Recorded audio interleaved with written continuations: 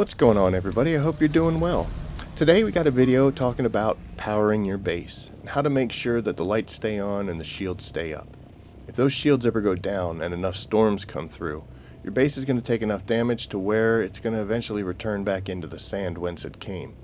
We don't want that to happen. This is where you put all your stuff, so keeping it is pretty high on the list. There was some confusion in the early days about exactly how the system worked and how the math came about. And in this video, I'm going to break down the power units themselves and how they work with each other and what you need to do to make sure that your base stays safe and sound and your shields stay up.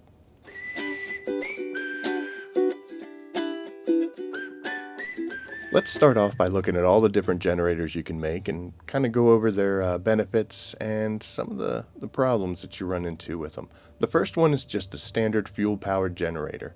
It only takes 45 salvage metal, and it's run by using just plain old fuel cells. You find both of them laying out there, usually laying together, so it's not too hard, and this you get very early on. If you look down there in the bottom, you'll see that each of these items has either a green or a yellow plus. Anything green means it's generating power. Anything yellow means that it's using power. So here you'll see this generator can make 75 units of power. Looking around, your subfief console uses 15, repair unit uses 20, and the recycler uses 15. So this one generator can run all of these units. But once you start getting bigger and more powerful machines, you're going to need multiples or a different kind. But in the early days, this one works pretty well. You can fit two of these things in a square, basically. So you can really pack these guys in. And this is going to be the first generator that you make and one of the baselines for building in the future. Moving on, we have the Omnidirectional wind turbine. I remember when I first got to make these, I was so excited because, it's like cool. This is actually something that you have to put outside, either on your roof or on a wing or something. It needs to be able to get access to the wind in order for it to run. They're also very small, so you can pack quite a few of them into a single square. In order for these things to generate power, you're going to have to go to your medium chemical refinery and make some low-grade lubricant. It takes a little bit of water, one fuel cell, and one silicone block to make 5 little bottles of this low-grade lubricant. It seems like it's good, but you know what? It takes a ton of these things to fill these guys up.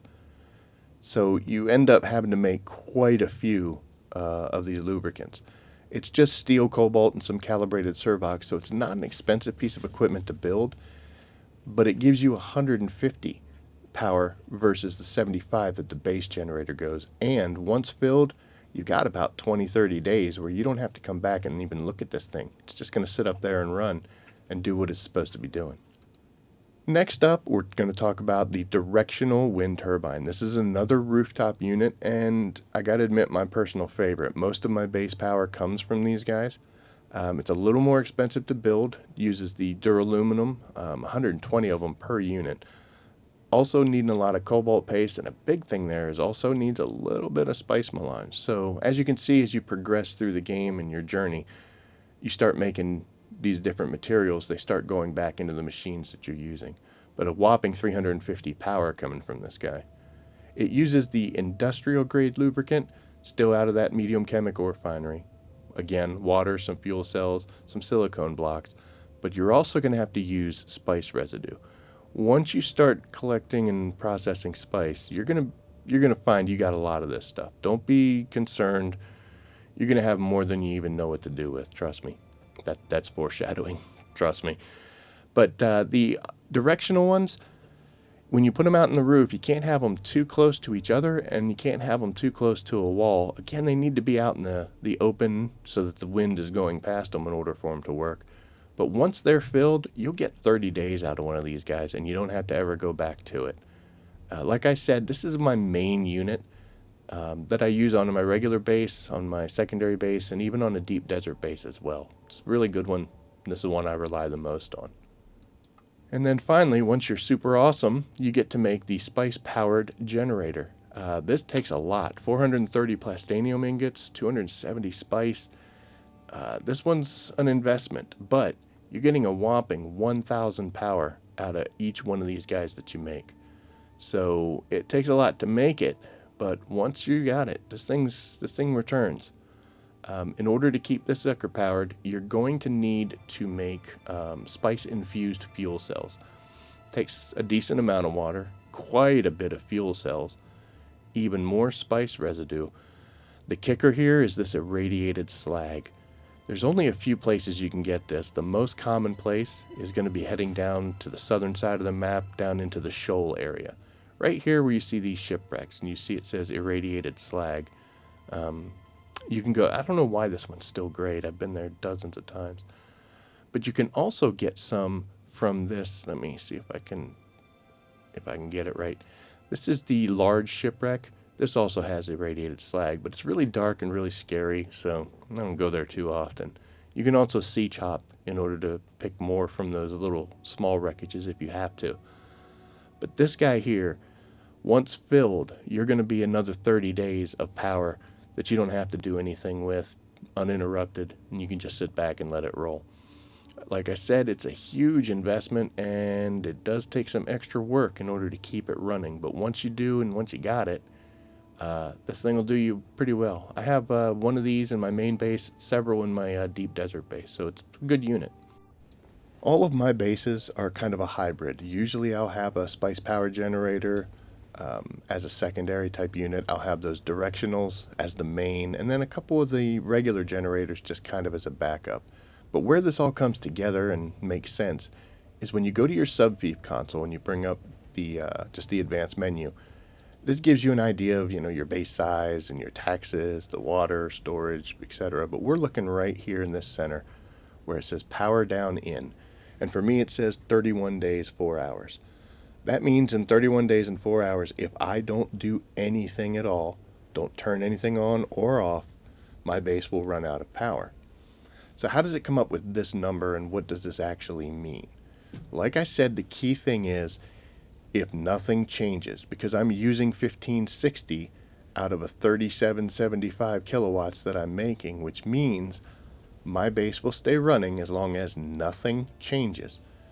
Where's that 31 come from? Well, the industrial units, these turbines I have up here, which all of them are completely and fully stocked, will run for 31 days.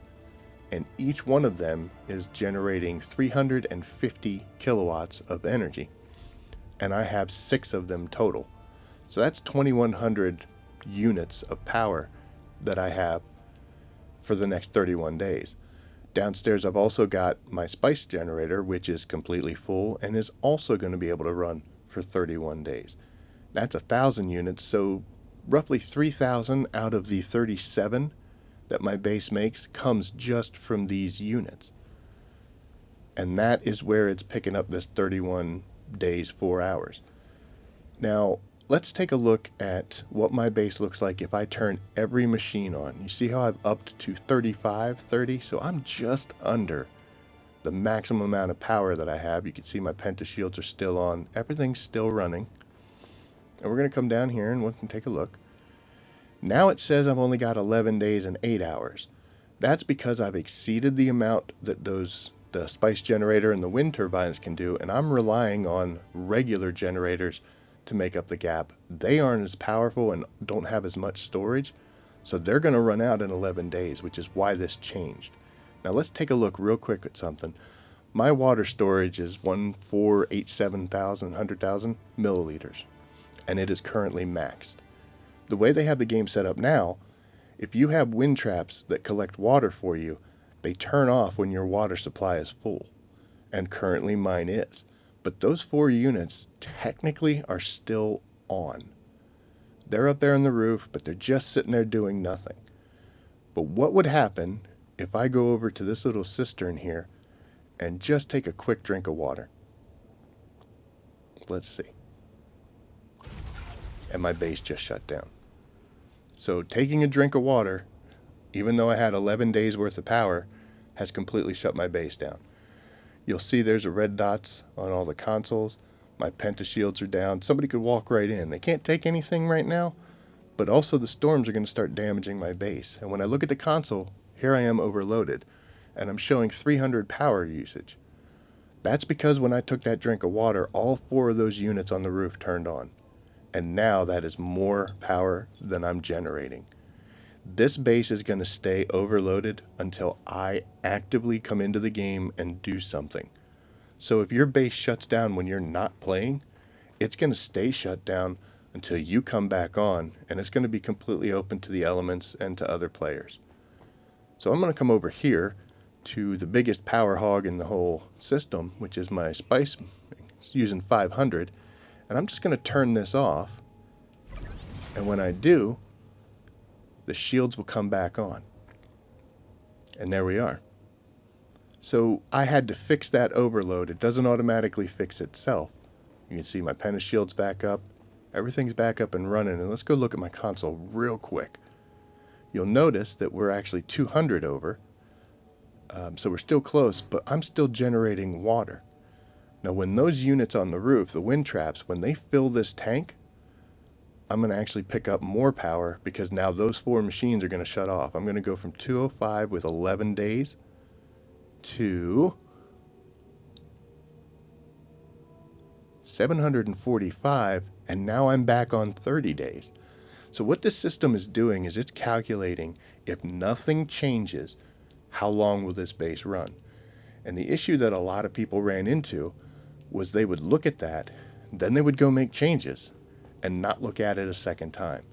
It's also possible that in complete innocence, if you put, say, a water cistern out for somebody to drink in case, another player comes by and needs water, if he takes a drink, that's going to turn your water traps on or your wind traps on, and boom, down goes your base. He doesn't try him to, just bad things happen. So how do you prevent this from occurring? Well, first off, this is what I do. If I'm not using a machine, I turn it off.